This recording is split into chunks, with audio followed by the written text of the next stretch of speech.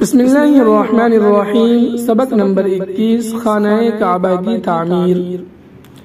حضرت ابراہیم علیہ السلام کے زمانے میں دنیا کے مختلف حصوں میں بتوں اور ستاروں کی عبادت کے لیے بڑے بڑے ہیکل اور مندر موجود تھے، مگر اللہ کا کوئی گھر نہ تھا جس میں اس کی عبادت کی جائے۔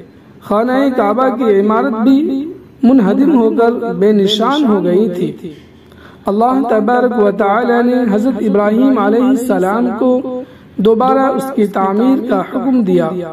آپ علیہ السلام مکہ تشریف لائے اور حضرت اسماعیل علیہ السلام کے ساتھ مل کر خانہ کعبہ کی تعمیر شروع کی۔ حضرت اسماعیل علیہ السلام پتھر اٹھا کر لاتے اور حضرت ابراہیم علیہ السلام بیت اللہ کی تعمیر کرتے جاتے اور یہ دعا کرتے جاتے، ربنا تقبل منا انک انت السمیع العلیم۔ ترجمہ: اے ہمارے پروردگار، ہماری خدمت قبول فرما لے، بے شک تو ہی سننے والا اور جاننے والا ہے۔ یہ خانہ کعبہ اس دنیا میں اللہ کا سب سے پہلا گھر ہے جو برکتوں والا ہے اور سارے جہاں کے لیے ہدایت و رہنمائی کا مرکز ہے۔